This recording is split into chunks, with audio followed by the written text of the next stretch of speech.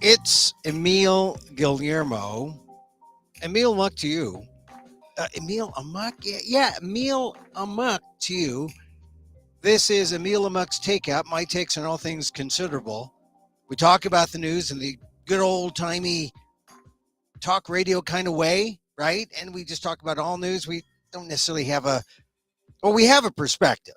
You can tell our perspective.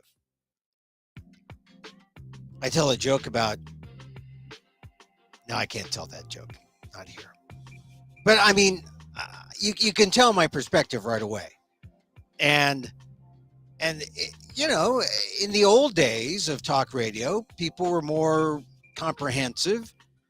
But I guess it was around 1989 with Rush Limbaugh that everyone kind of split up, and it was predominantly right wing on talk radio, and the left wingers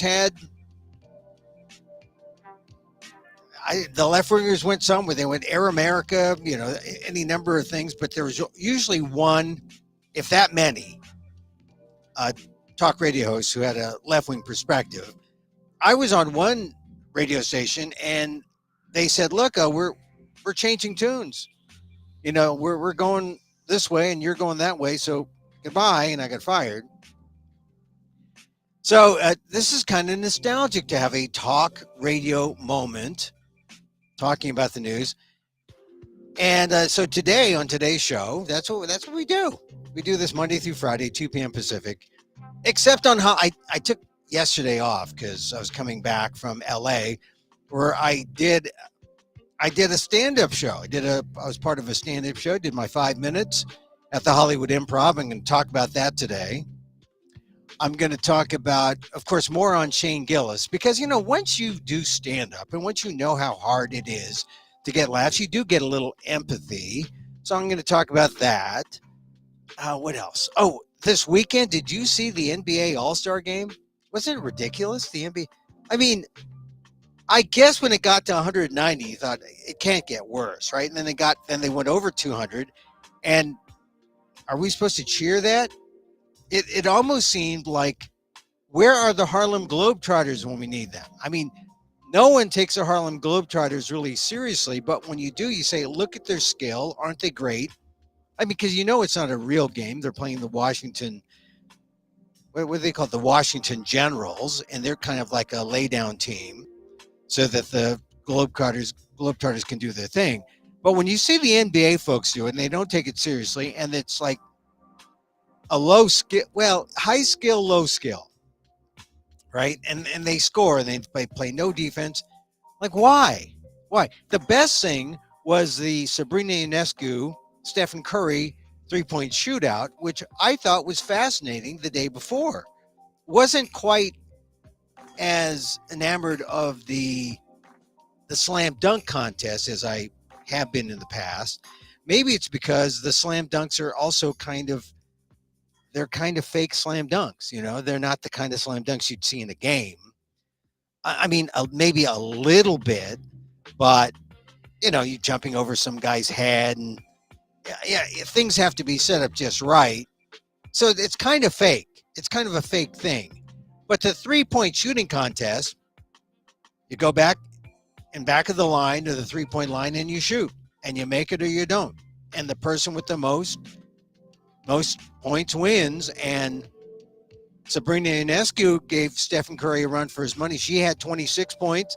Stephen Curry had 29. He had to make it on that last rack. But it does show how you have some great female shooters, no matter what sex.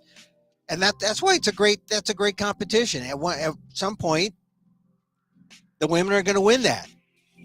Because they have as much of a chance of winning that, maybe more than any of the other competitions on All-Star game night. But that Sabrina Ionescu, I also like Sabrina Ionescu because I used to live up the block from Miramonte High School, where she went to school. And I just like the fact that that's a real competition. I mean, there's nothing made up. And it was enjoyable to watch, and it only lasted about 10 minutes at most, and that's it. That was All-Star Weekend. That could have been it. The rest of All Star Weekend you can banish because we don't need it if it's not going to mean anything. If it's all just an exhibition and it's not even as entertaining as a Harlem Globetrotters thing, then I say forget it. Anyway, but Sabrina was cool. I love Sabrina. All right, I'll get to the Hollywood Improv in a bit. I want to also talk about, some stuff in the news. There's some news. I noticed that on Sunday and on Monday, they kept talking a lot about the or actually close to $500 million that Donald Trump is going to have to pay up. He is going to have to come up with it. And this is why this is an important story, because you say, well, God, I mean, if you know a Trumpster, they'll say, oh, they're just picking on him. They're persecuting him. They'll come after you. They're going to come after you next. Well, actually, that's kind of a good thing in the sense that no person is above the law. But here's the thing. The reality is they would come after you before they go after Donald Trump. That was the problem. And this shows, no, they will go after Donald Trump, and that's a good thing. He shouldn't get any kind of special treatment. I mean, he thought he deserved special treatment, so he can fudge, his records about how he does business in New York State. But the importance of this is because his lies got him access to more money. He misrepresented his worth, got a better deal from the banks, and that's something you couldn't have done as a regular person.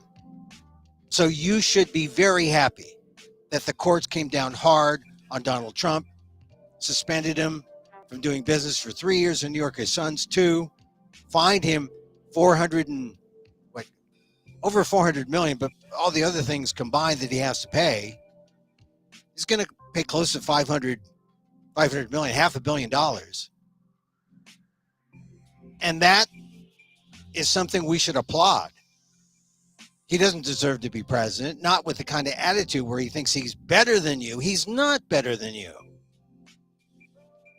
And thank goodness we have the law here saying, we're saying no to Donald Trump.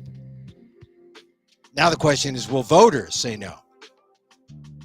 One of the hard things about this whole situation is people have to collect from Donald Trump. I think the state will be able to collect, but people like E. Jean Carroll, who was due something like 80, I mean, her part in all this is about 90 million, I believe. I mean, the fact is, you cross your fingers when that much money is owed, and you hope that you collect. So we wait to see what transpires, but this is a good sign. This is a good sign that our democracy works, that our rule of law works, and we'll see how it impacts the South Carolina primary, which happens later this week, because it looks like Nikki Haley is not going to do it. She says she's going to stay on. She's going to campaign to the last vote. I'd like to see her do better than she is, but I don't think that's going to happen. I don't know why. A little American misogyny. I got an email from the Marianne Williamson campaign. Certainly, I didn't see the news exactly that she had suspended her campaign, but after a couple of dismal results in New Hampshire and Nevada, her campaign has decided to suspend, which is tantamount to ending it. And it's too bad that, number one, they didn't have the money to go on, because if people are interested in a alternative to Donald Trump, or excuse me, an alternative to Joe Biden, got to see all of them. Not just Dean Phillips, who's a professional politician who sort of hangs around. I don't know how serious he is, but he's hanging around longer than Marianne Williamson. I'm just sad that Marianne Williamson is out because she has a perspective that is needed, a female perspective on the Democratic side, and you're not going to have that now. And it's just amazing that, money prevails. Biden just reported he's got like a $130 million war chest to go on. He's in California now, going after the money. He's in San Francisco, Los Altos Hills. He's going to be down in LA. He's going to bring home the money. He's going to need it. But I don't know. I get this sense that a lot of people are they're playing the traditional Democrat game. Joe Biden is at top of the leaderboard for now. But I just wonder if that's going to be the final result. Got to get through the rest of the primaries and the conventions, and I hope you look at all the problems of the world right now, and you think, you think that Joe Biden probably is the best person. I mean, I can't imagine Donald Trump in office again. What he'd do? Well, he criticized or made a comment about the Navalny murder. It was a murder. But he didn't criticize Putin. Who do you blame? He didn't say anything he hasn't said anything about Ukraine that I noticed in the news, except that he's come down hard by being anti-NATO, which is being anti-ally, which is really anti-American. So you consider the top two, and Joe Biden is like a rock. People want to bring him down.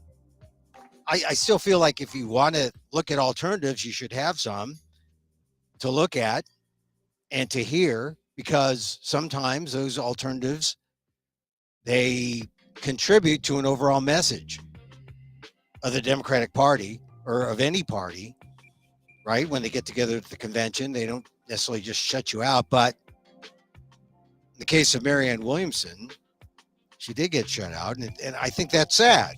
I don't know what the answer is, but she did make the case in an email that she sent out to people who are curious about her campaign, that who's going to challenge the corporatists? Who's going to challenge Big Pharma?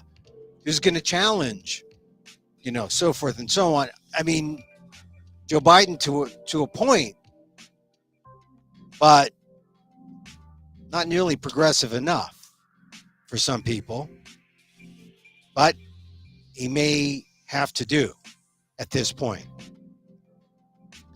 So Joe Biden, everyone's talking about the South Carolina primary coming up tonight. Tonight's going to be the United States Senate debate in California. I forget where they're having it, but the problem with this debate is it's getting out to people, but the real edge is to the people who have the money to buy the TV ads. So, for example, the people with the most money are Adam Schiff and Porter, Congressman Porter. And Porter has her whiteboard. Schiff boasts about leading the impeachment charge. And you never hear about the third Democrat who's running, who probably will represent people of color far more effectively, far more urgently. And I'm talking about Representative Barbara Lee. And the only reason why you don't see her ads and she has no money. And so if you're a Barbara Lee supporter or prone to support or like Barbara Lee, watch tonight's debate. go to social media about the night's debate, because share it with your friends, because hers is a campaign that is almost invisible. Hers is a campaign that you don't see. I don't know why. Well, I know why. She doesn't have the corporatists on her side. She's considered too far left. Adam Schiff is sort of the traditionalist. Katie Porter is sort of like number two. Johnny come lately progressive. Among young progressives, fine. But the person who's been through all the battles and has survived and is still there, Barbara Lee, doesn't even come in third in this race. Steve Garvey, the Republican, who is absolutely, totally unqualified as a person, as a politician, totally unqualified. But by virtue of being on the right, by virtue of being a Republican, he'll get some votes, enough to be third in that four-horse race, and Lee is far behind. And she deserves to be at least vying for second, because the top two run off in the general. We're talking about the race now in Super Tuesday coming up in March. Top two advance to the general in the fall. Barbara Lee should be in that top two. There's no doubt in my mind Barbara Lee should be in that top two. Watch tonight's debate. It's on NBC. And take clips with your phone, audio clips, make them viral. If you like Barbara Lee, because she doesn't have any money. She's not getting any donations.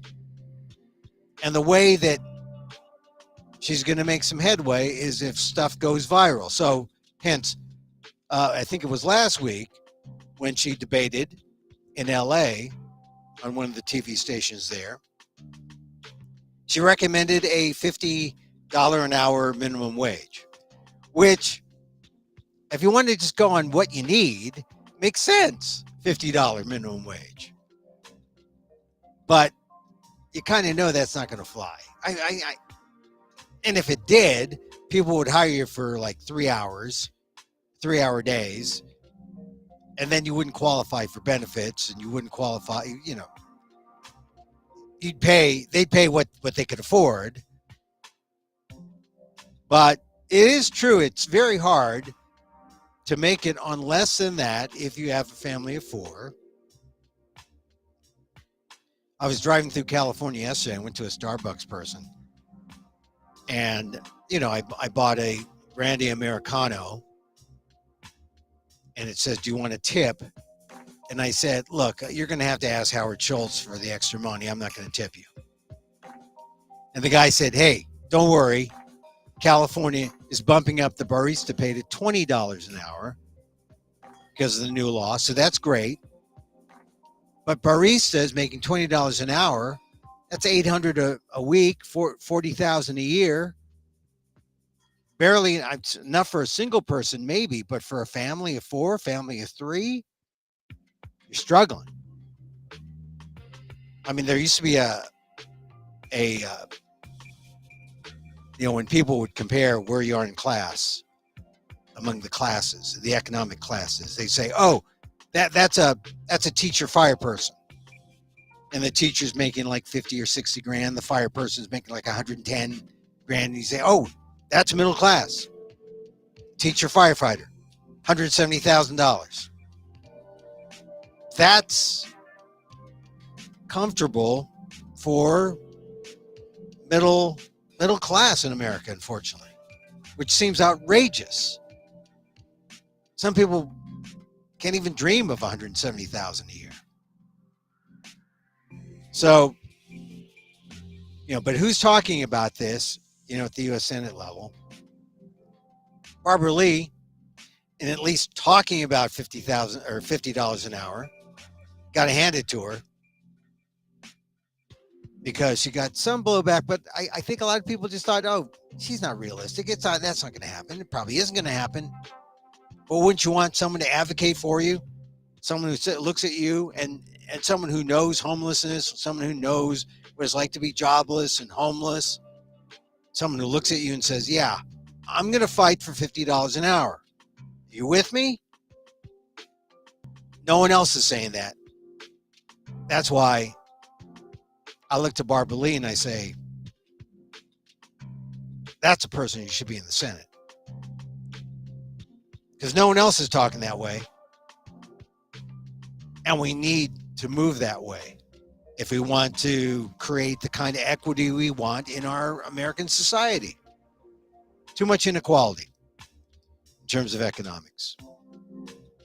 All right, anyway, that debate's tonight. So cash that tonight. All right, so I mentioned that, it's Black History Month, and usually I talk about Black history. I have my favorite story, my David Fagan story. David Fagan, who was a soldier, U.S. Army soldier, fought as a Buffalo soldier, then went to Manila to fight the so-called insurrectionists in the Philippine-American War. I tell that, so I'll tell it. This is just a hint, a tease. I'll tell it again, maybe next week. But the historical thing I want to mention today, today's February 20th, but on the 19th in 1942, President Roosevelt changed the draft law to allow Filipinos in the U.S. to attain citizenship through military service. If you're in the U.S., he said, yeah, you fight for us, you can be part of the 1st and 2nd Regiment, you'll get citizenship. These are Filipinos in the U.S. Now, let's not conflate the Filipinos who are in the Philippines, who also answered the call, but then they got screwed by the Rescission Act because those Filipinos were part of the USAFFE, the U.S. Armed Forces in the Far East, not the U.S. Army like the Filipinos here. So there's a lot of confusion over that. More confusion now because they've given congressional gold medals to the Filipinos of whatever stripe if you fought in World War II. The members of the USAFFE plus members of the U.S. Army. But the members of the U.S. Army who are Filipino, 1st and 2nd Regiment, they got all their benefits. They didn't get screwed. They got their citizenship. They got all the benefits they wanted. The guys in the Philippines got screwed. USAFFE. But it's February 19th, 1942. That's when Roosevelt signed that order. But then get this. Here's the historical twist. Roosevelt signed that order, and then, actually, it wasn't an order. He changed the draft law to allow Filipinos to sign up if you were living in the U.S., and then you get citizenship if you fought. The order that Roosevelt put through was Executive Order 9066, which ordered the internment of Japanese Americans. This was a kind of like a divide and conquer kind of thing for Asians in America. Because the Japanese Americans, they were economically sound, they were rising up the economic ladder. The Filipinos were working in the fields. Roosevelt said, hey, you're our Philippine nationals, we'll give you citizenship, you fight, go to the war. And then suddenly the Filipinos, they all joined the army. Because there was no unity among Filipino or Asian Americans back then. None. I mean, they were all kind of like pecking order. Japanese Americans were atop, or along with Chinese, but Chinese were excluded, so they dropped down a bit. The Filipinos were the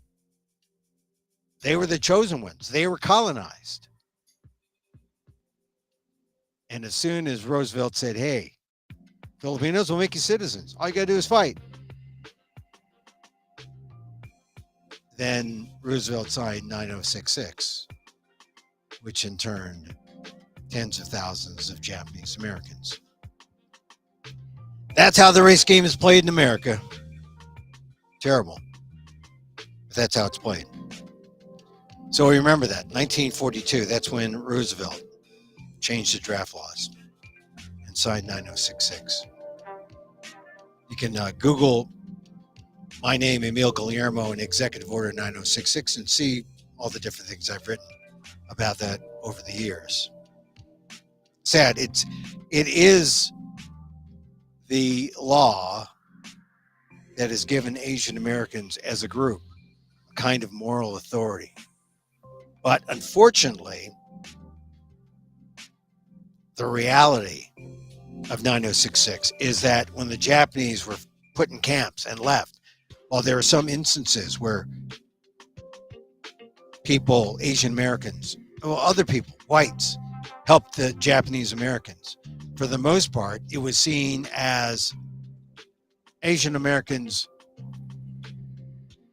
making sure people knew, Filipinos, Chinese, making sure that people knew they weren't Japanese. They'd have signs saying, I'm Filipino, not Japanese. I'm Chinese, not Japanese. Because that's the way the game was played. We weren't a unified Asian America. And it's sad because it's really thwarted our sense of community, our sense of unity. That was 1940. Here we are 2024. Want to know why we are as fragmented? Historical reasons, generational reasons, immigration reasons.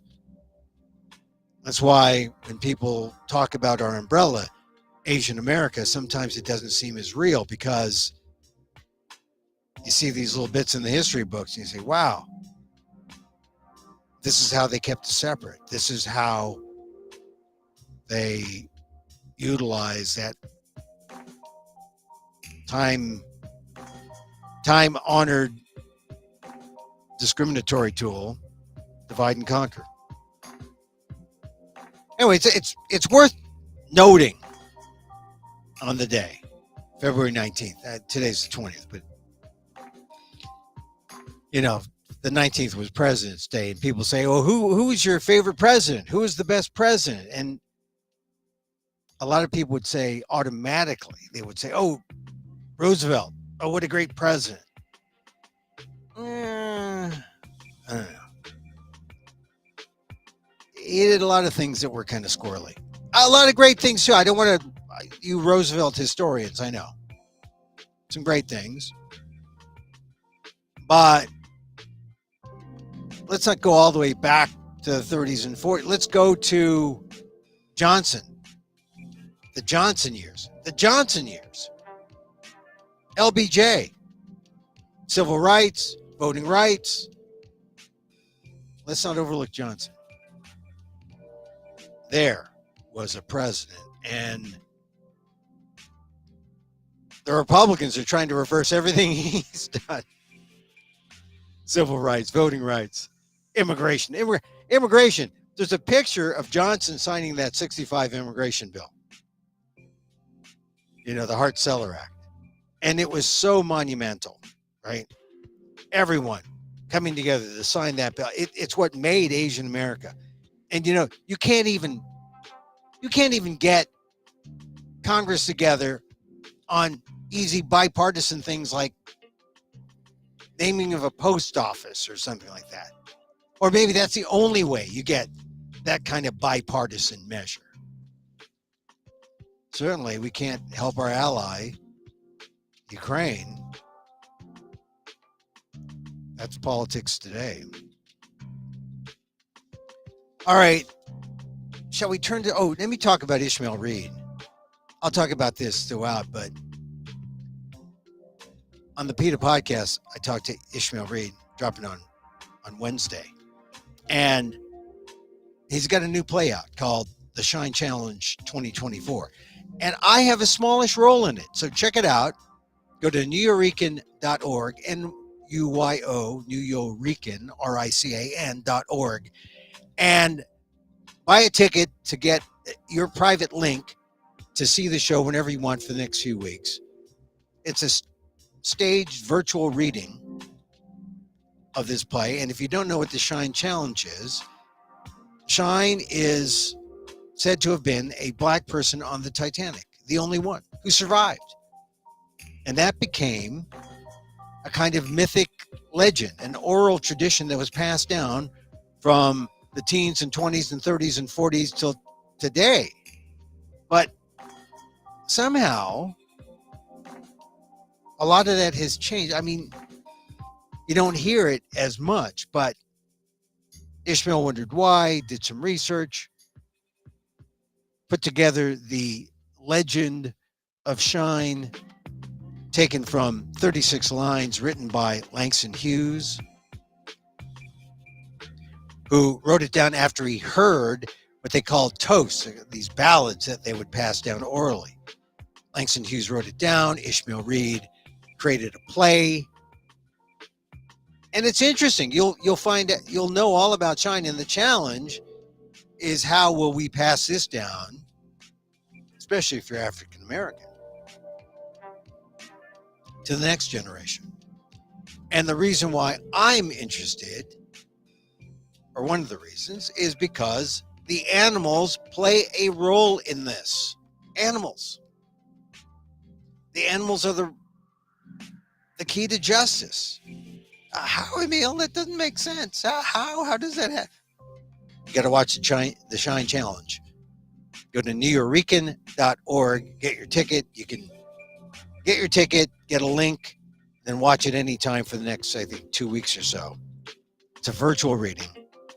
And I'm in it. Of course, I play a white guy. So, the newyorrican.org, N-U-Y-O, newyorrican, RICAN.org. All right. You know, I do many of these things. I'm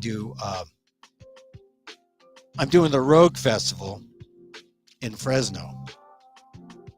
The Rogue Festival, it's me doing my one-man show at the Lotus Room on Olive Street in Fresno. I drove by there yesterday. Place looks good, very intimate. I'll be performing Emil Amok, Lost NPR host, part of the show that I did in New York last year. I'm doing an update and adding some things. Married to PETA and other untold tales from the American Filipino life.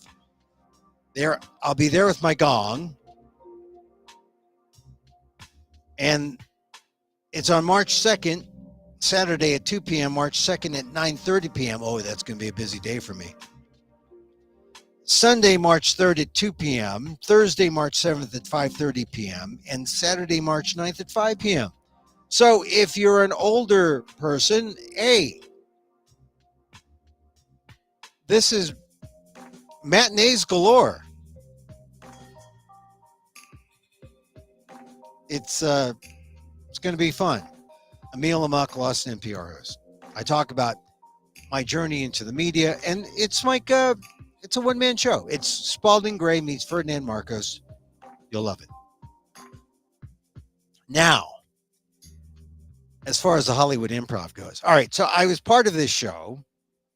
I did my 5 minutes. I got up, and if I say so myself, I killed. I killed. They responded. But there's nothing like that sort of thing, you know, where you get up and it's just you and a microphone and, 100 people or so, and they're all laughing back at you. You don't know them. It's a room full of strangers, pretty much. They're all drinking, but that's not what made things funny. And the thing about stand-up comedy is that it really is like the crack of performance. I mean, that's what I call it. I call it the crack of performance because it is. It's crack. So I was there at the Hollywood Improv. It's different from my one-man show that I'm going to do in Fresno, March 2nd through 9th, and then I'm going to do in New York, April 5th through 21st at the New York City Fringe. Stand-up is pure crack, the concentrated Emil Amok experience. And here it is. I told jokes about Filipinos, and people laughed a lot, which is great because I'm Filipino. And then someone non-Filipino told a joke where Filipinos were the punchline, and I'll admit, I didn't like it. I heard it, I said, But on the show, people had seen me. And so when that person told the Filipino joke, at least there'd been some balance in the show. You know, racial humor is still a touchy subject today. I mean, and just today, the Supreme Court said that it wasn't going to mess with a case coming up involving admissions to a Virginia school. I believe it was Thomas Jefferson, right? It was challenged. They wanted the Supreme Court to rule and say, no on affirmative action, no on diversity. And the Supreme Court said, no, you're going to have to work it out. We're not going to rule. We ruled on Harvard. Isn't that enough? Basically.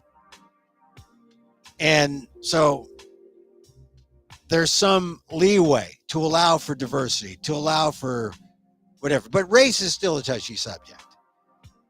And that's why it's going to be a curious weekend, this coming weekend, when Shane Gillis hosts the February 24th episode of Saturday Night Live on NBC. And as I've said, hey, is this time for the activists to come out and protest, boycott the show?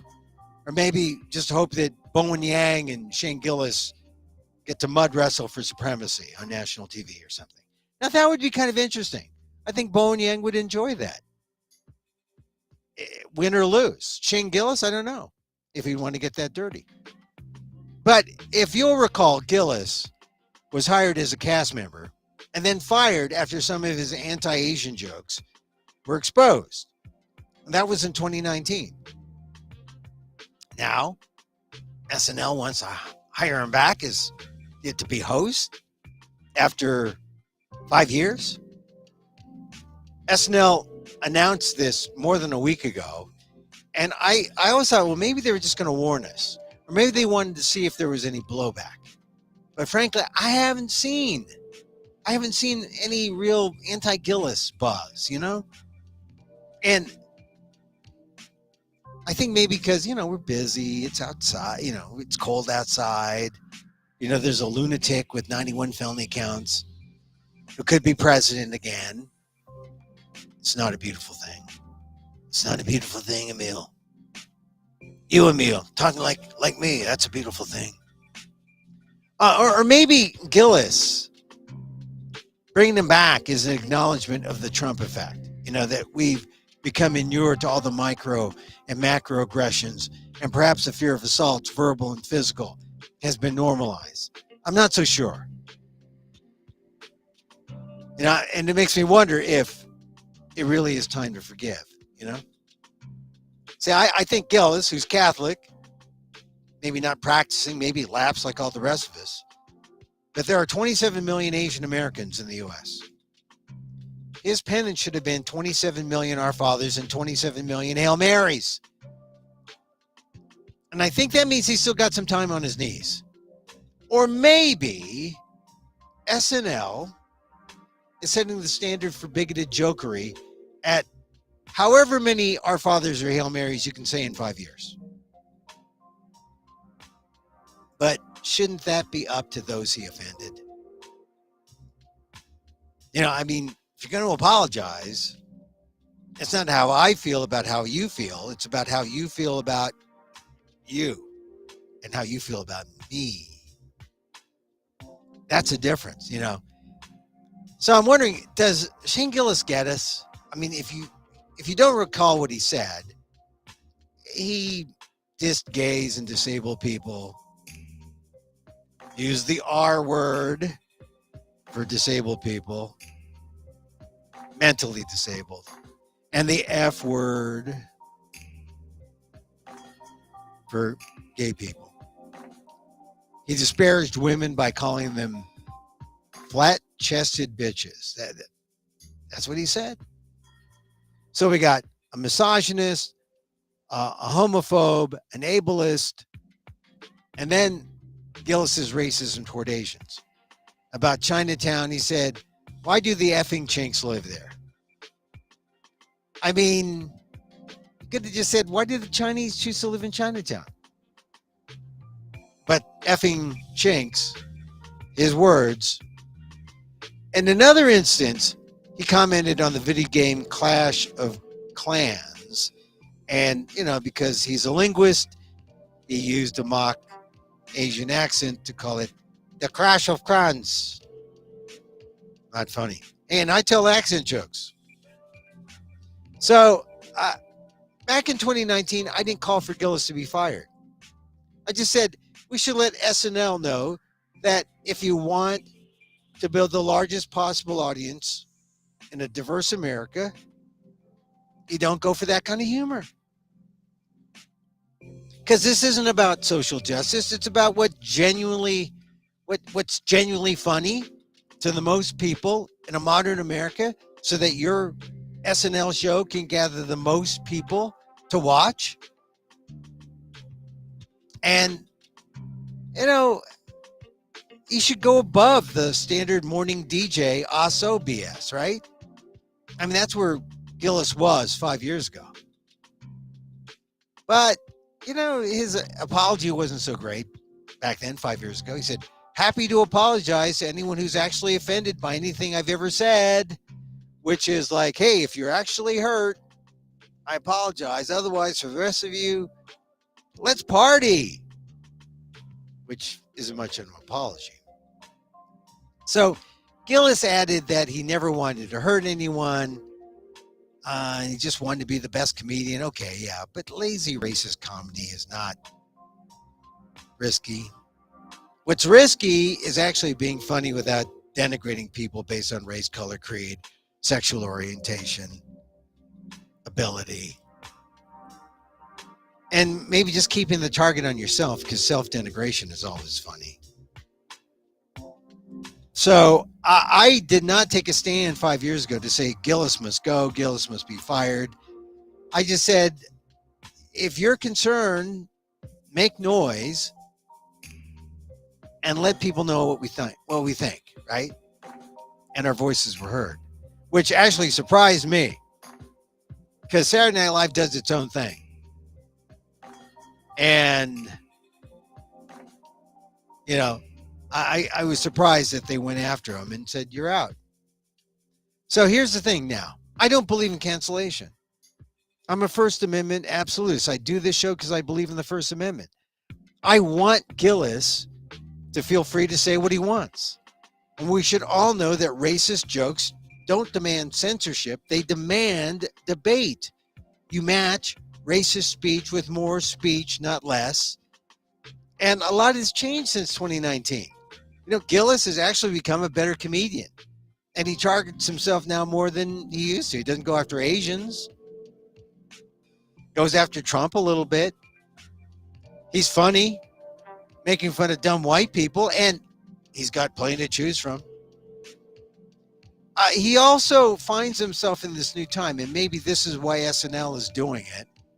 The trend now is for corporates to loosen up on or abandon diversity, equity, and inclusion standards.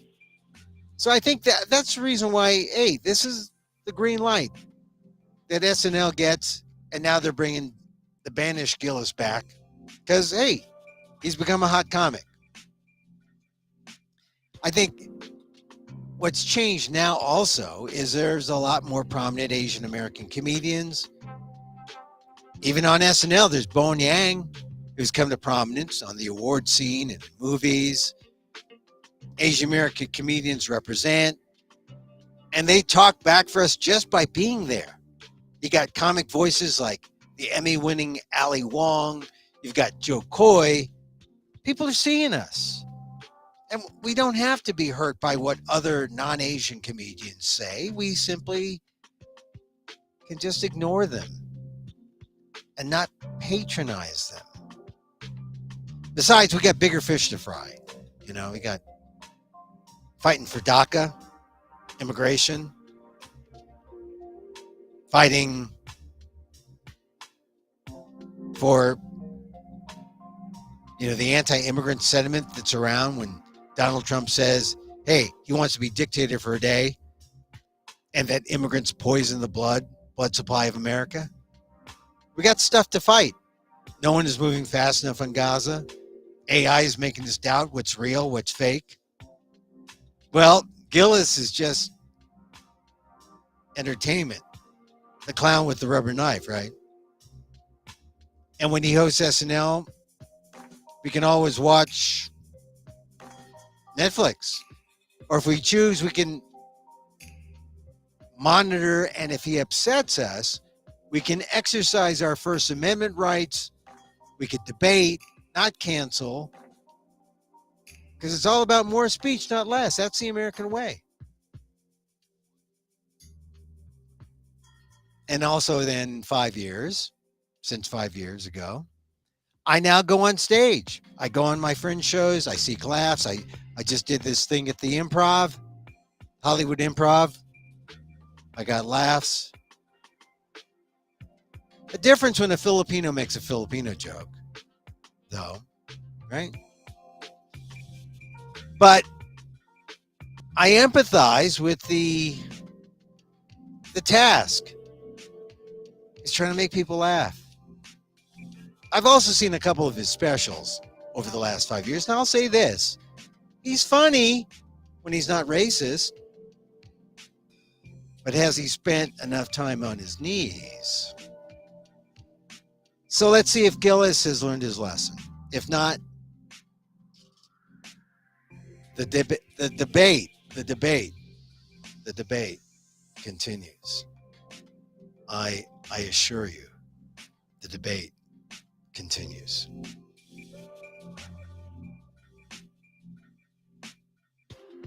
So where are we here? Oh, here we are. Yeah, the debate continues. If you're going to protest, let me know. Email me at Emil.Amok@gmail, or go to my site at amok.com. Because I just don't get this buzz that he's all that important. It's almost as if maybe 5 years is enough time. I remember when it happened, people were upset. But anyway, Shane Gillis. We'll say I've seen a lot of his stuff over the last 5 years. And I've seen a lot of canceled comedians. I know that Louis C.K. says, oh, well, you're here. I guess you had to come here in secret. I guess, couldn't tell anyone you're here. But, I believe in free speech. And I don't support these guys because I support their stupid views.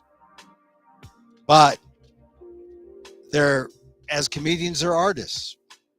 And I think they're worth supporting as I said, if there's something disagreeable, then you debate. Because it should be about more speech, not less. All right. So I think I'm going to put out some of the tape of my improv set out on YouTube, on a YouTube short, something like that. So coming up in the next day or so.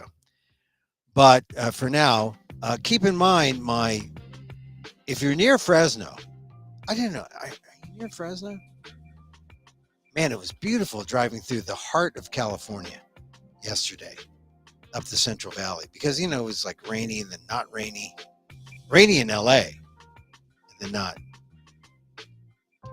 And then I went through Fresno.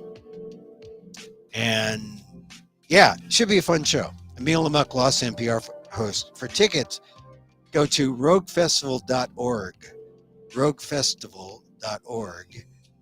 March 2nd through the 9th. Odd times, of course. Odd times. Mostly matinees. But check it out. All right. Oh, I have to say, because this is around lunchtime for me now. I had a meal at Crossroads. Oh my God, what a fabulous place! If you're vegan and in LA, you got to eat at Crossroads. I'm sorry, there's some other places there you can eat, a little less pricey, but just go there for an hors d'oeuvre at the bar. The calamari, get a couple drinks and a calamari, set you back about $70 or so. But a big plate of calamari. and then you get the 2 drinks. So that's reasonable. And then go off in your business. You don't have to. I think you can eat at the bar, but if you have more time, all the other things are interesting. The most interesting dish I had was short ribs made from eggplant. Eggplant short ribs. The taste was there, and then it just like sort of comes back, and you realize, oh, I'm eating an eggplant. I got it. And Crossroads, tell them Emil and Muck sent you, and they'll say, what? What? All right, that's it for our show today. Hey, thanks for joining me. Monday through Friday, 2 p.m. Pacific Live. We're here talking about stuff. Back in tomorrow. We like to do a little meditation because, I got into this thinking, well, I'll do some meditations. I'll do some guided meditations. And then I just, no, they just sleep while I talk. They just meditate as I talk. My commentary is a guided meditation as we seek something out of nothing, as we seek not to strive, but to be, just to be in peace. And I like a little loving kindness meditation because that keeps me from going amok, frankly. And so, as I wish for me, I wish for you. May you be safe. May you be happy. May you be healthy. And may you live with ease. Emil Guillermo here. Till next time. Mahal